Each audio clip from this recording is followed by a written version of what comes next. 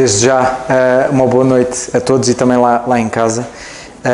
Vamos então, como costume, e como tem sido o nosso costume aqui, vamos começar então por ler a Palavra de Deus. Na primeira epístola a Timóteo, hoje vamos continuar no verso 4, pelo menos o irmão Alberto vai continuar por lá. E com isto vamos começar por ler a Palavra de Deus e depois vamos ouvir o irmão Alberto. E assim, a seguir, algum irmão que tiver algum pensamento, sinta-se à vontade. Vamos então, primeira epístola de Paulo a Timóteo, capítulo 2, verso 1, que diz o seguinte: Admoesto-te, pois, antes de tudo, que se façam deprecações, orações, intercessões e ações de graças por todos os homens, pelos reis e por todos os que estão em eminência, para que tenhamos uma vida quieta e sossegada em toda a piedade e honestidade, porque isto é bom e agradável diante de Deus, nosso Salvador, que quer que todos os homens se salvem e venham ao conhecimento da verdade, porque há um só Deus e um só mediador entre Deus e os homens, Jesus Cristo, homem, o qual se deu a si mesmo em preço de redenção por todos, para servir de testemunho a seu tempo. Para o que digo a verdade em Cristo, não minto, que fui constituído pregador e apóstolo e doutor dos gentios na fé e na verdade. Quero, pois, que os homens orem em todo o lugar, levantando mãos santas, sem ira nem contenda. Que do mesmo modo as mulheres se ataviem em traje honesto, com pudor e modéstia, não com tranças ou com ouro, ou pérolas ou vestidos preciosos, mas, como convém a mulheres que fazem profissão de servir a Deus, com boas obras. A mulher aprende em silêncio, com toda a sujeição. Não permite, porém, que a mulher ensine nem use de autoridade sobre o marido, mas que esteja em silêncio. Porque primeiro foi formado Adão, depois Eva. E Adão não foi enganado, mas a mulher, sendo enganada, caiu em transgressão. Salvar-se-á, porém, dando à luz filhos, se permanecer com modéstia na fé, no amor e na santificação. Até aqui é a palavra de Deus. Vamos então continuar o estudo e vamos assim passar a palavra ao irmão Alberto, que desde já, como costume também, fica um cumprimento e um abraço da nossa parte e que mais uma vez estamos ansiosos para que o irmão venha e esteja connosco. Vamos assim então ouvir o irmão Alberto. Graças a Deus por sua palavra.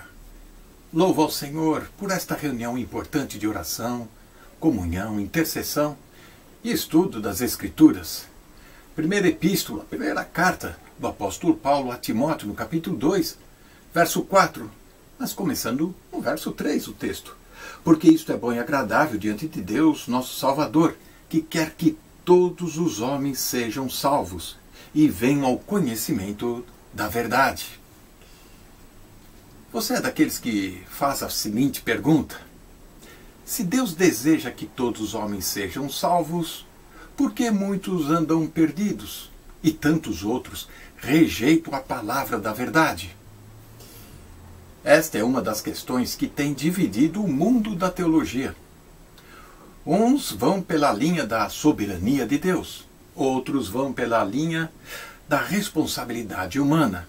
E assim o mundo teológico entra em debate. Para resumir esta questão e entendermos de fato, as Escrituras trazem uma ilustração, uma figura do Antigo Testamento sobre a realidade do Novo Testamento. Estas sombras e figuras que muitas vezes aparecem no Antigo Testamento, de fato vêm se expressar na verdade das cartas de Paulo no Novo Testamento também. Vou apresentar a vocês um quadro da Idade Média, bem antigo, que o nosso irmão Mário Persona trouxe como uma ilustração sobre a salvação e explicação sobre aquele fato, aquela figura, aquela sombra do Antigo Testamento. E assim vamos entender por que Deus deseja que todos os homens sejam salvos. Preste atenção neste quadro.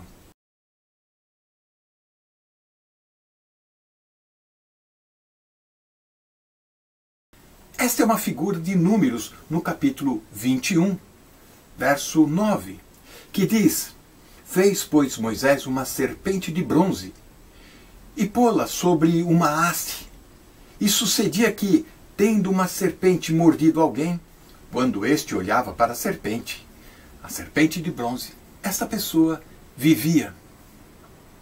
Você pode reparar nesta figura, neste quadro, uma haste em forma de cruz e uma serpente de bronze bem no alto. Ali, toda pessoa que fosse mordido, picado por esta serpente, por esta víbora, pudesse olhar para ela e ser curado imediatamente. Neste quadro, a figura da haste da cruz está no meio, dividindo dois grupos. Um grupo de um lado e do outro grupo. O outro lado com pessoas envoltas com muitas serpentes. Vejamos então este quadro. A primeira traz atrás de Moisés um homem com o braço cruzado, olhando para bronze, para a serpente de bronze lá na haste, lá na cruz. Esta é a figura do primeiro que obedeceu às Escrituras em Números 21:9 e foi curado e foi sarado.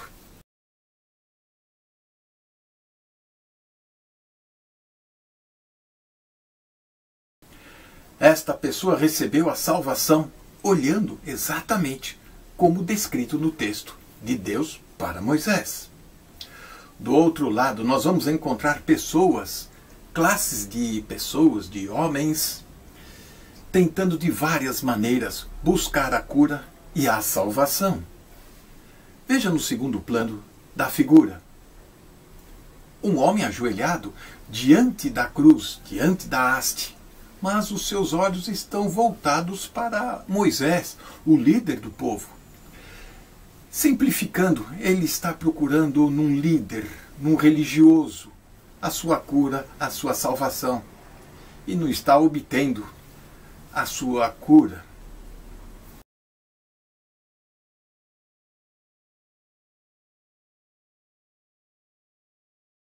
Um outro momento, vamos adiante, mais para trás, e vejamos o segundo momento. Há um homem lá, deitado, tranquilamente, descansando, sem se aperceber do perigo que rondava a ele.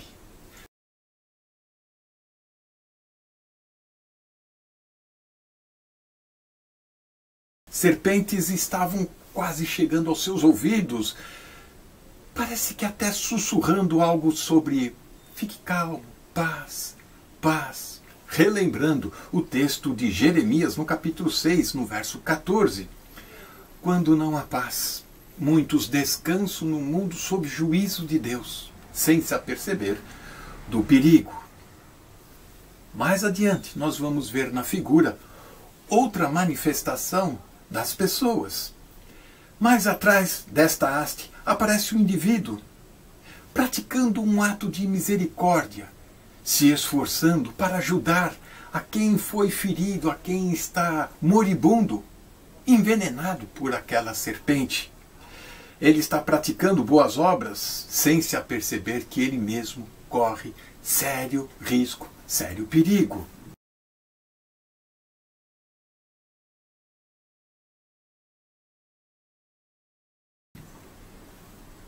E por último, nós temos lá para trás, nós podemos ver alguém lutando, se esforçando para vencer as serpentes, as cobras que vêm sobre ele.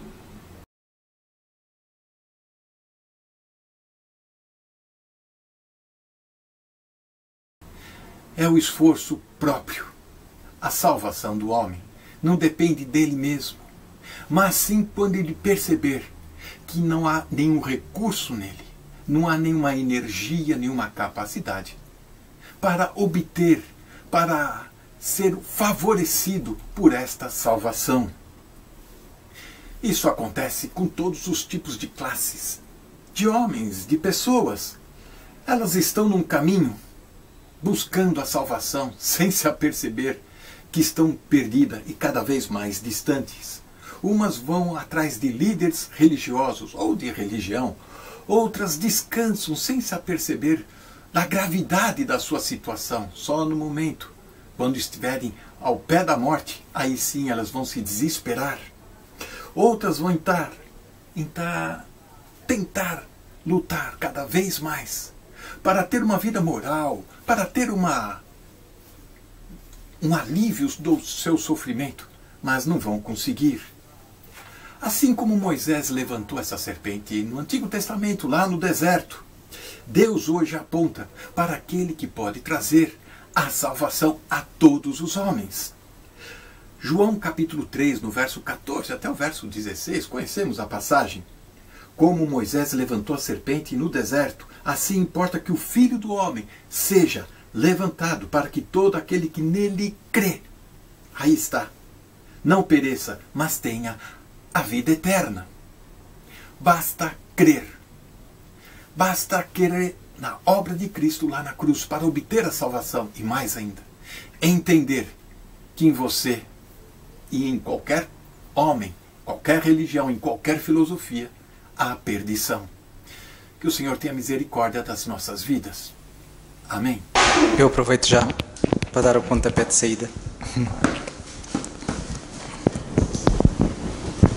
Porque ao ler novamente o verso 4, houve uma coisa que me destacou. E lembrou-me logo um pensamento que acho que foi o Carlos que postou, já não me lembro se foi do site da igreja ou o que foi. Acho que estou a tentar lembrar-me se foi da Páscoa. Eu acho que foi da Páscoa, penso que sim. Mas eu depois, quando disser, ele vai se lembrar.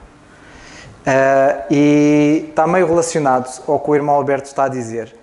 Porque se repararem no verso 4, diz que Deus, o nosso Salvador, que Ele quer que todos os homens se salvem e venham ao conhecimento da verdade. E reparem quando normalmente há algo como homens se salvem e venham ao conhecimento da verdade, Deus quer estas duas coisas. E é quase como se estas duas coisas fossem uma só. Não é 2 em 1, nem 1 em 2, não é nada disso. É Deus quer estas duas coisas. Quer que estas duas coisas aconteçam, que os homens se salvam e venham ao conhecimento da verdade. Porquê? Porque ninguém se salva se não conhecer a verdade. Se não conhecer o seu estado, o estado em que está e porque é que precisa de Cristo. Porque é que crer é tão simples. Ok? O crer é tão simples porque é a verdade da salvação que Deus providenciou hoje em Cristo. E estas duas coisas andam juntas neste aspecto. Mas há outra coisa que eu queria dizer que é um bocado é dentro disto, acerca da verdade, porque, e relaciona ao pensamento que tinha falado, que acho que o irmão Carlos tinha posto, é que o conhecimento da verdade, e quando nós pensamos em verdade, a questão que se coloca é, quando pensam em verdade, pensam no quê? Ok? Quando estava na escola, a verdade era o contrário de falso. Se é verdade, não é falso. E se é falso, é porque não é verdade. Mas, ao crescer um bocadinho e procurar perceber o que é, de facto, a verdade, ou a qualidade do que é verdadeiro, comecei a perceber que estava relacionado com a realidade. Ok? A realidade que por si só é muito abstrata, não é? A realidade do quê? Ou qual é a qualidade, não é? Ou quando falamos na verdade como exatidão, como rigor, como precisão, ok? Há várias definições de verdade e a que se calhar aproxima-se mais é a realidade, ok? Mas a verdade que a Palavra de Deus nos mostra aqui não é acerca da realidade, é além da realidade. E isto parece estranho, estar a dizer isto além da realidade, porque além da realidade não é um conceito. A Palavra de Deus, quando fala da verdade como uma pessoa, ok? E isto vocês, aos irmãos que estão a ouvir, isto lembra-vos logo João 14,6, certo? Porque a verdade, que nós, ou que os homens achavam que a verdade referia-se à realidade em si, à existência, às coisas, ao que é, não é? Das várias definições. Quando o Senhor Jesus Cristo veio, Ele disse em João 14,6 que nós, nas antigas instalações, até tínhamos escrito do lado, e mudámos a passagem, e que estava escrito, disse-lhe Jesus, eu sou o caminho e a verdade, e a vida. E daí relacionar-se ao pensamento, o nosso irmão Carlos tinha partilhado aí há umas semanas, porque tinha dito que a verdade não é meramente um conceito, a verdade é uma pessoa. E é de facto esta verdade que Deus, nosso Salvador, que Ele quer que nós conheçamos, que nós tenhamos conhecimento. Não é só a verdade, a verdade do mistério hoje, ou a verdade do programa de Deus para nós hoje. É o contínuo conhecimento do próprio Deus, do Senhor Jesus Cristo. E o Senhor Jesus Cristo é Deus, e se Deus quer que o conheçamos, este conhecimento é contínuo, é eterno, porque Deus, sendo omnisciente, nós não vamos conseguir conhecê-lo numa hora. Dificilmente conseguimos conhecer, se calhar às vezes eu até dificilmente conseguiria conhecer a minha esposa em profundidade numa vida inteira, quanto mais numa hora. E ela não é omnisciente, quanto mais Deus que é omnisciente. E é por isso que nós temos o privilégio de passarmos a eternidade com Deus, o conhecemos cada vez mais. E é isto que Ele quer a comunhão com Ele, que nós o conhecemos mais. E é por isso que Ele escreveu a Palavra de Deus. E a Palavra de Deus, poderíamos dizer que ela, além de falhar, ela é um resumo. Ela dá-nos a conhecer, olha, já ouviste falar deste Deus? E a Palavra de Deus tem muita coisa a nos ensinar, e quando nós estivermos com Deus, ainda mais vamos aprender.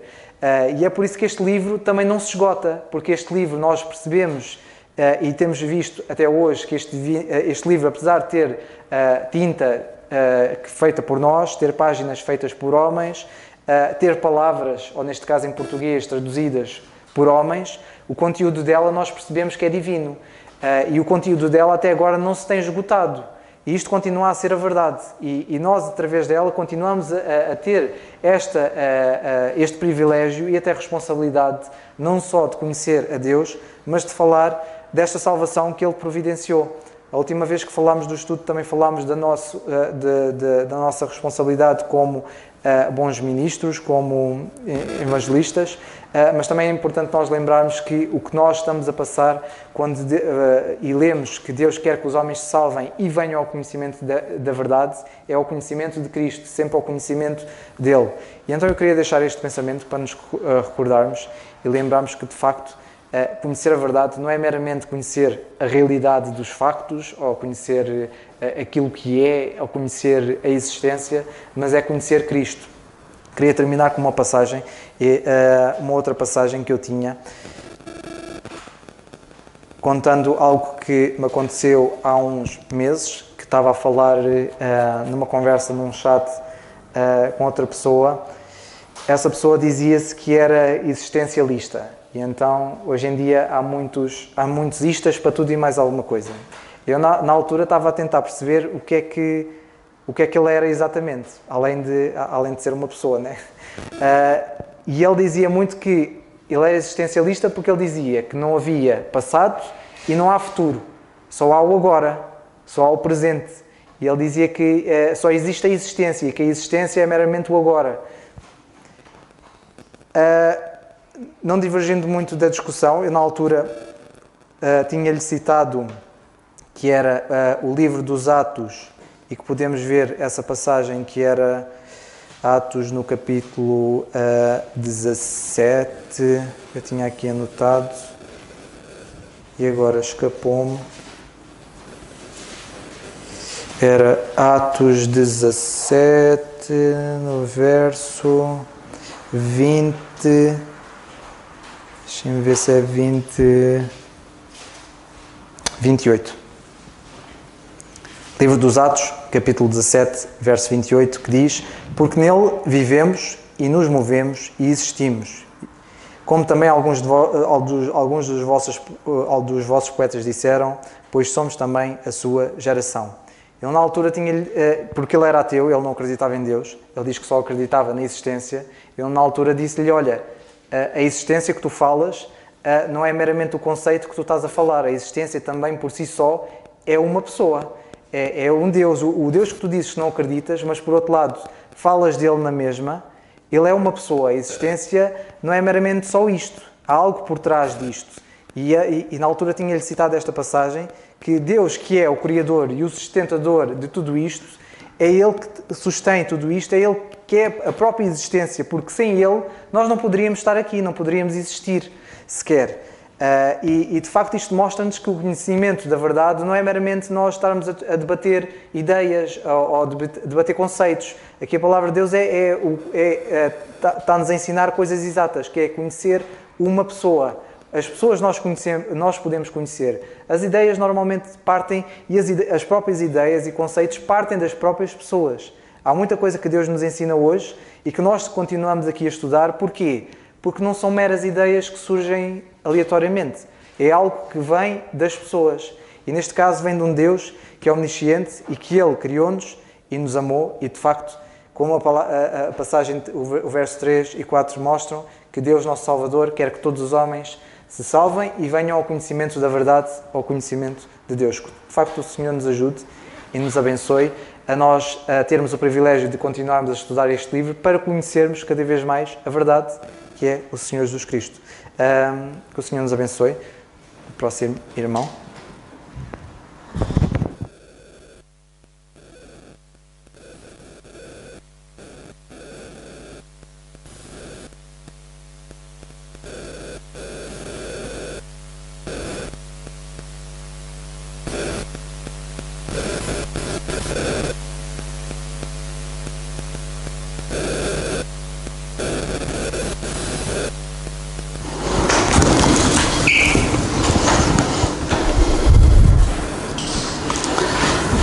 Irmãos, continuando aqui no nosso estudo, na nossa passagem, que eu passo a citar de novo, estamos nos versículos 3 e 4, portanto no versículo 4 mais concretamente, mas vou ler o 3 também. Porque isto é bom e agradável diante de Deus nosso Salvador, que quer que todos os homens se salvem e venham ao conhecimento da verdade.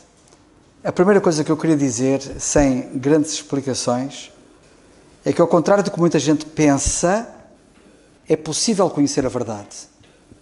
Vivemos numa sociedade em que as pessoas acham que não é possível conhecer a verdade. E vivemos numa sociedade em que a verdade é relativa. Ou seja, aquilo que é verdade para mim não é verdade para o outro. E aquilo que é verdade para aquele não é verdade para aquela. Vivemos numa sociedade de relatividade, em que, de facto, as pessoas acabam por não saber o que é verdade, porque isto de minha verdade, isso é nada. A verdade é a verdade, não é a minha nem a tua, é a verdade. O que eu quero dizer, o que eu quero chamar a atenção é que, ao contrário do que muitos pensam, é possível conhecer a verdade. E a segunda coisa que eu quero dizer com base nisso é que a verdade só é possível ser conhecida através da salvação. Fora da salvação não há verdade, não há conhecimento da verdade. Quem não se for salvo, nunca conhecerá a verdade. Eu quero vos dizer que quando ouvi o Evangelho, eu ouvi algumas coisas sobre a verdade, mas eu não conhecia a verdade. Eu conhecia algumas coisas sobre a verdade e tive que crer em Cristo, que é a verdade. Tive que crer. Mas sabem de uma coisa? Depois de eu me converter, é que eu conheci a verdade. E estou a conhecer a verdade. E já lá vamos.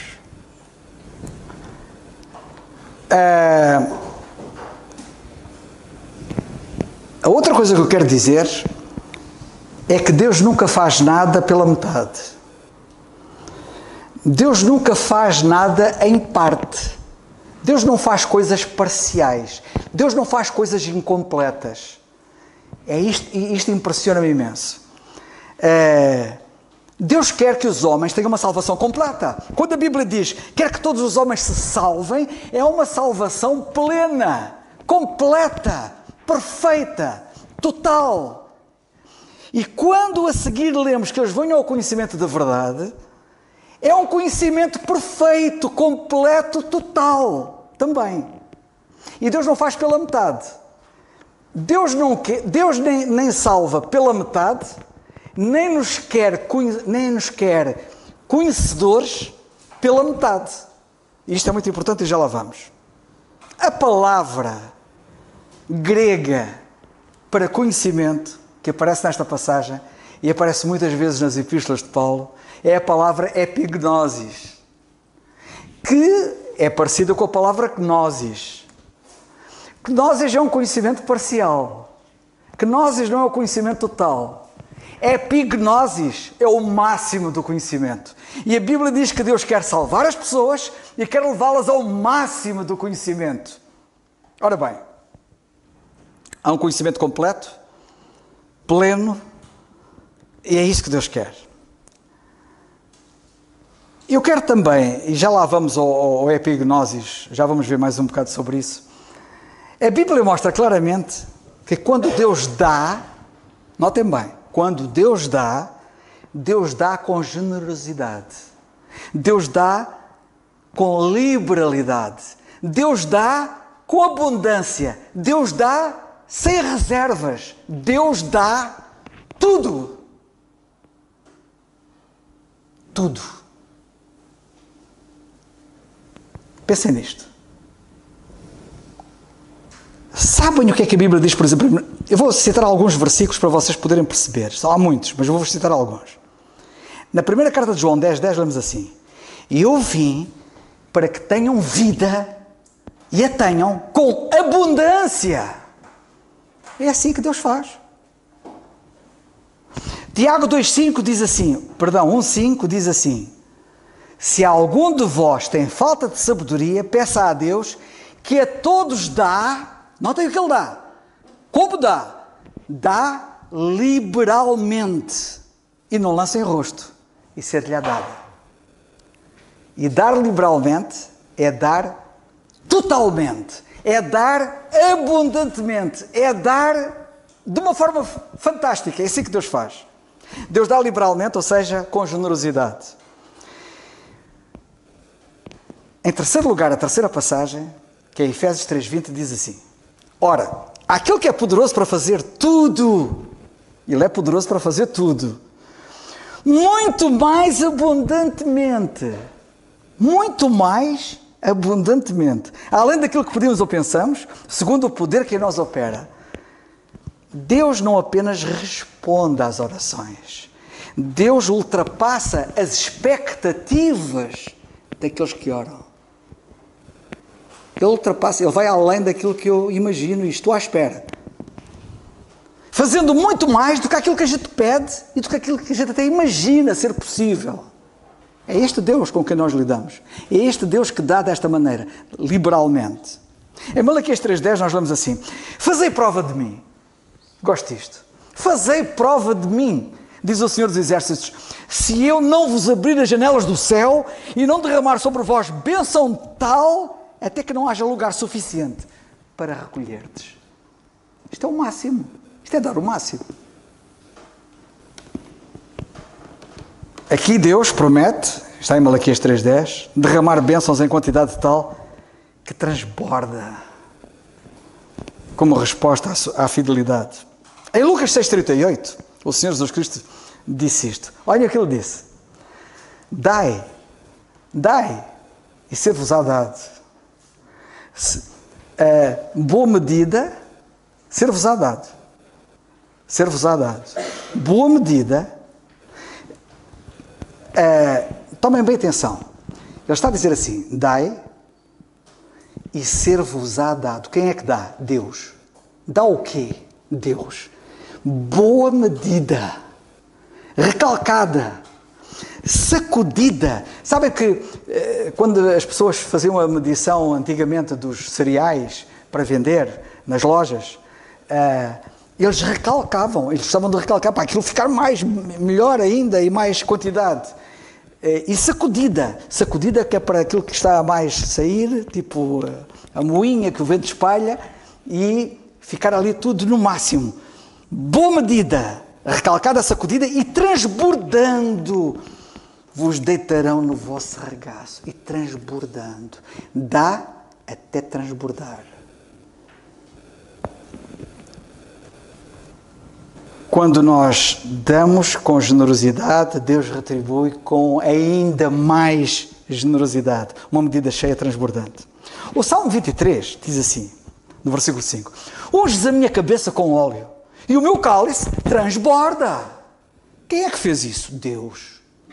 O que é que Ele faz? Transbordar o nosso cálice.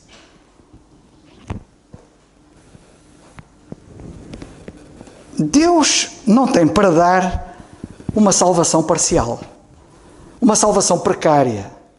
Deus não dá uma salvação precária, nem parcial. A salvação que Ele dá não é condicional. A salvação que Ele dá não é reversível. E o conhecimento que Ele dá é total. O conhecimento que Ele me quer dar a mim e a vós é um conhecimento total, não é parcial. Tomem atenção. Sabem que eu, ainda no domingo passado, falei nas Fontainhas, na Igreja das Fontainhas, e dei lá uma mensagem, e se desse um título àquela mensagem, talvez um dia eu fale aqui sobre isso. É iliteracia. Iliteracia bíblica. Vulgo analfabetismo bíblico.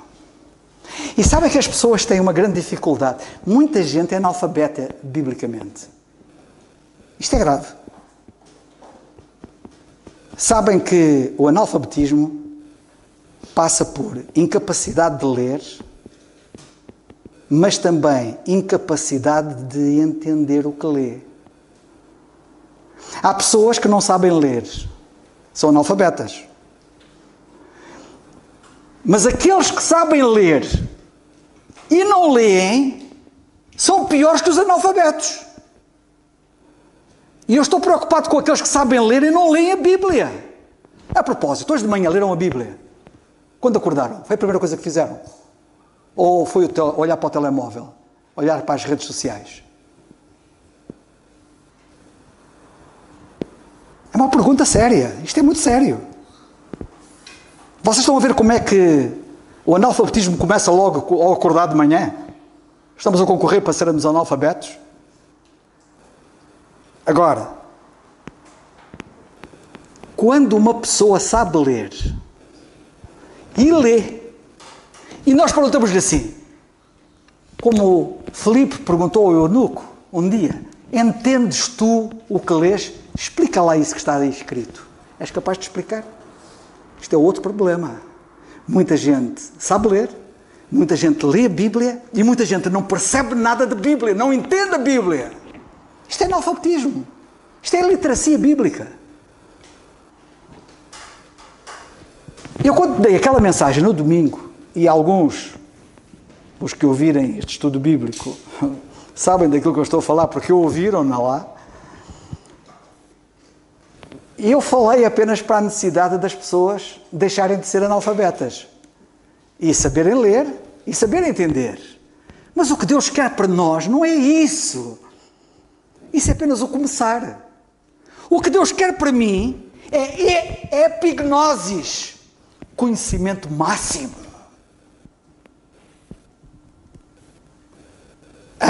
Uma pessoa pode saber ler, escrever, entender, mas Deus quer conhecimento inteiro, conhecimento total, conhecimento pleno, conhecimento completo. O apóstolo Paulo, escrevendo aos Efésios, ele diz que queria, no capítulo 3, eu vou citar rapidamente, que os crentes tivessem a mesma compreensão que ele tinha do mistério. Sabem a quem é que foi dado o mistério? Foi a ele. Sabem quem é que conhecia melhor o mistério? Humanamente falando? Paulo. Foi-lhe dado em primeira mão. E sabem o que é que ele disse? Eu quero que vocês compreendam o mesmo, tenham o mesmo entendimento que eu tenho. Isto é o máximo. E nós ficamos pela metade. Alguns de nós não conseguimos explicar o que é o mistério. O que é que envolve o mistério? O que é que implica o mistério? As verdades associadas ao mistério. Alguns até perguntam, o que é o mistério? Lê de Efésios 3, 1 e 2. E 3. Até ao 10.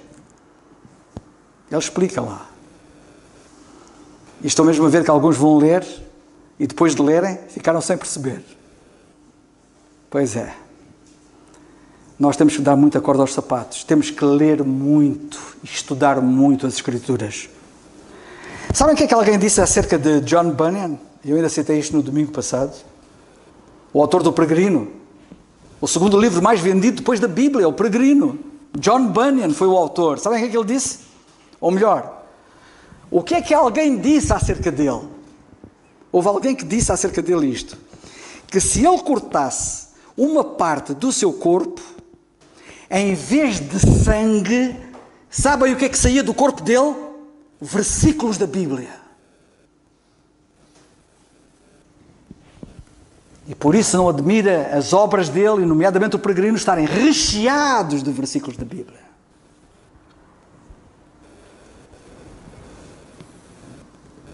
Aquele homem amava as Escrituras, lia as Escrituras, estudava as Escrituras, e que nós também sejamos assim, é o meu desejo. Como disse o profeta Oseias, o meu povo foi destruído. Sabem porquê que o povo foi destruído? Sabem? Sabem o que é que leva à destruição? Temos de ter cuidado. O meu povo foi destruído porque lhe faltou o conhecimento. O conhecimento é muito importante. E sabem que estamos no Velho Testamento, Oseias, não é? Foi escrito em hebraico, não foi em grego. Ali não está epignosis. Epignosis é uma palavra grega. E então a palavra que ali aparece é uma palavra que quer dizer qualquer coisa como dar. Uma palavra esquisita, que nem sei pronunciar. Que significa falta de compreensão, falta de discernimento. O meu povo foi destruído por falta de compreensão, por falta de discernimento. No grego, epignosis refere-se a um conhecimento exato, preciso. Sabem que a palavra epignosis vem da nossa... Por exemplo, conhecem a nossa palavra epicentro. Há um terremoto. O epicentro foi ali no largo de Sesimbra, a 2 km no interior do mar, ao pé de Sesimbra. Ainda há pouco tempo houve um terremoto e disseram que o epicentro foi ali. O que é o epicentro? Sabem que a palavra epicentro significa ocupar o ponto principal, situado no centro. O que Deus quer é que eu esteja, no meu conhecimento, esteja no centro do conhecimento.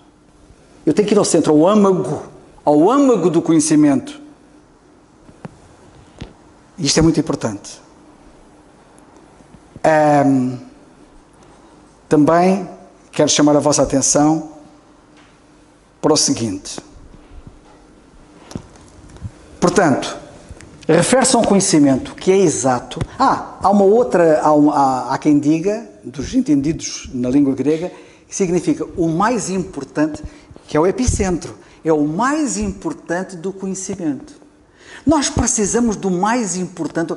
Sabe, há tanta coisa que a gente conhece que não vale nada. Estamos a ocupar neurónios com informação que pode ser dispensada completamente. É o mais importante. O conhecimento exato, o conhecimento preciso, o conhecimento correto, o conhecimento completo, o conhecimento profundo, pleno de discernimento.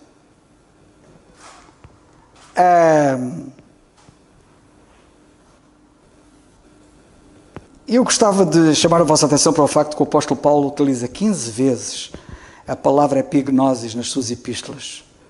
E sabem que ele só utiliza a palavra epignosis nas epístolas que ele escreveu depois de receber a revelação do mistério. Sabem porquê? Na totalidade. Só depois de ele escrever, só quando ele só escreve nas epístolas que ele escreve a partir da prisão, que foi quando o mistério entrou em pleno. Porque antes disso, o conhecimento dele era parcial. Ele fala disso. Ele antes conhecia em parte. Porque a revelação não estava toda dada. Quando a revelação foi toda dada, ele conheceu em pleno. E nós precisamos de conhecer isto em pleno. Por exemplo, ele disse isto. Peço isto.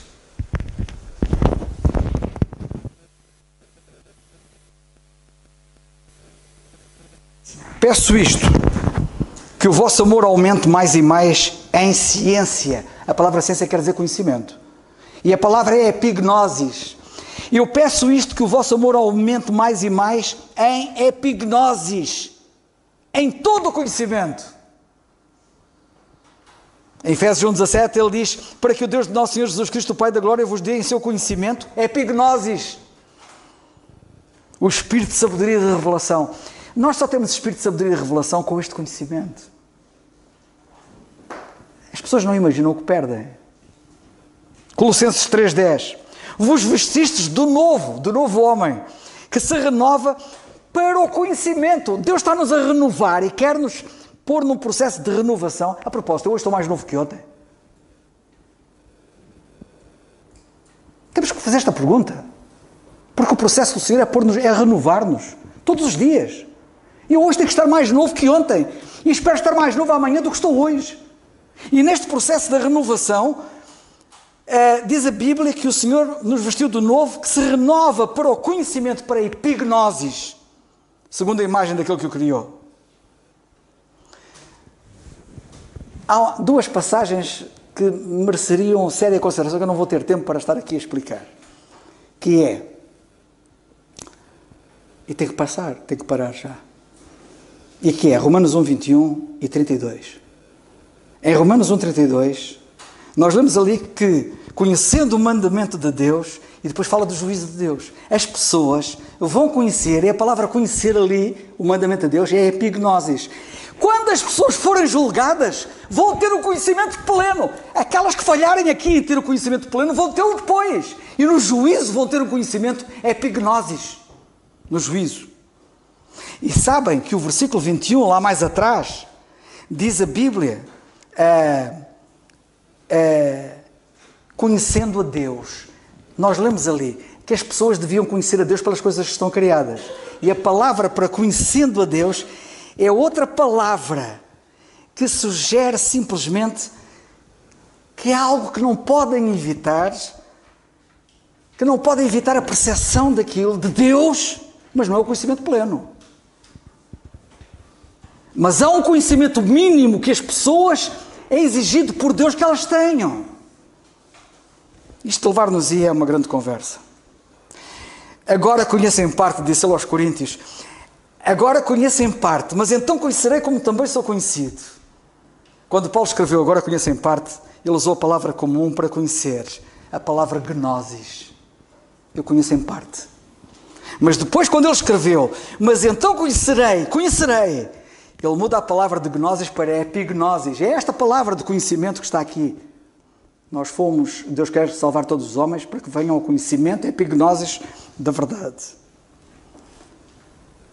Conhecer plenamente. Estava a falar da verdade do mistério. Ele conhecia em parte, sabem que a carta aos Coríntios está ainda na fase da transição. Ele não tinha a revelação completa aos Coríntios. Nos Efésios tinha, mas aos Coríntios ainda não tinha. Nós poderíamos parafrasear a declaração de Paulo dizendo assim, agora que estou a escrever para os Coríntios, em Atos 19, tenho gnosis, conheço em parte, sobre a mensagem da dispensação da graça hoje, conheço em parte, mas depois, quando vier aquilo que é perfeito, que era a revelação completa, terei epignosis, o pleno conhecimento da mensagem da graça de Deus para nós hoje. E para terminar, isto tem muita coisa, mas eu vou terminar. Quando ele escreveu aos Colossenses, disse isto, capítulo 2, versículos 1 e 2. Quero que saibais quão grande combate tenho por vós e pelos que estão em Laodiceia e por quantos não viram o meu rosto em carne. Ele combateu por mim, ele combateu por ti. Nós que não vimos o rosto dele em carne, ele combateu por nós. Além dos que combateu, que estavam em Laodiceia. Para quê? Para que os seus corações sejam consolados, estejam unidos em caridade e enriquecidos da plenitude da inteligência, para conhecimento, para epignosis, para conhecimento pleno do mistério de Deus, Cristo. Ele combateu por mim, para eu ter este conhecimento pleno. Por esta razão, diz ele também, nós também desde o dia em que o ouvimos, não cessamos de dar graças por vós e de pedir que sejais cheios do conhecimento, ou seja, epignosis, cheios do conhecimento pleno da sua vontade, em toda a sabedoria e inteligência espiritual, para que possais andar dignamente diante do Senhor. Só assim é que a gente anda dignamente diante do Senhor. As pessoas vamos estar confloriados. Se nós não lutarmos por este conhecimento pleno na prática, na experiência, nós não vamos andar dignamente dele. para andarmos dignamente diante dele, temos que ir com este conhecimento. Sabem que aquilo que ele fez por mim e por vós foi o máximo. Hão de reparar, há duas palavras muito significativas que é muito mais. Aliás, já há bocado lemos uma delas, que Deus fará muito mais além daquilo que pedimos ou pensamos. Ele comigo é sempre muito mais, muito mais. O que é esperado de nós para quem lida connosco desta maneira? O que é esperado de nós? É aquilo que Paulo fez. Sabem o que é que Paulo disse? Eu apontei alguns para aqui. Ele disse isto. São ministros de Cristo. Esses indivíduos são ministros de Cristo. Está na segunda carta aos Coríntios, capítulo 11, versículo 23. São ministros de Cristo, falo como fora de mim. Eu ainda mais. Muito mais.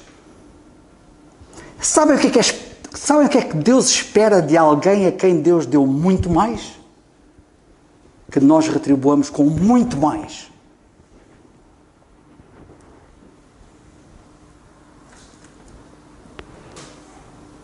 E foi muito mais em muita coisa. É só lerem a passagem. E termino por aqui. Que Deus nos ajude. Isto é profundo. Eu sei. Mas eu espero que Deus nos ajude. É epignosis. Nunca mais se esqueçam. Epignosis é uma palavra grega que quer dizer conhecimento superlativo. E não apenas um conhecimento superficial. Que Deus nos ajude. E Deus salvou-nos para isso. Ele quer que todos os homens venham ao conhecimento. Este é epignosis da verdade. Que Deus nos ajude.